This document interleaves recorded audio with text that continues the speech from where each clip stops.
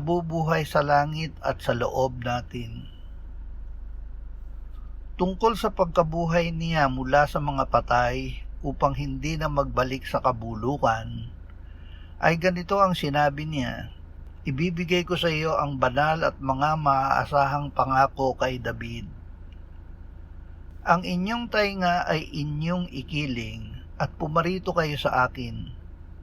Kayo'y makinig upang ang inyong kaluluwa ay mabuhay.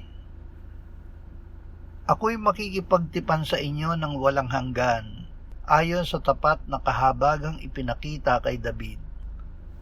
Nalalaman nating si Kristo na nabuhay mula sa mga patay ay hindi na mamamatay. Ang kamatayan ay wala nang paghahari sa Kanya. Salamat Ama na ibinigay mo sa amin si Jesus na iyong anak, na namatay para sa aming kasalanan, iyong muling binuhay, iniakyat at iniluklok sa iyong kanan sa langit.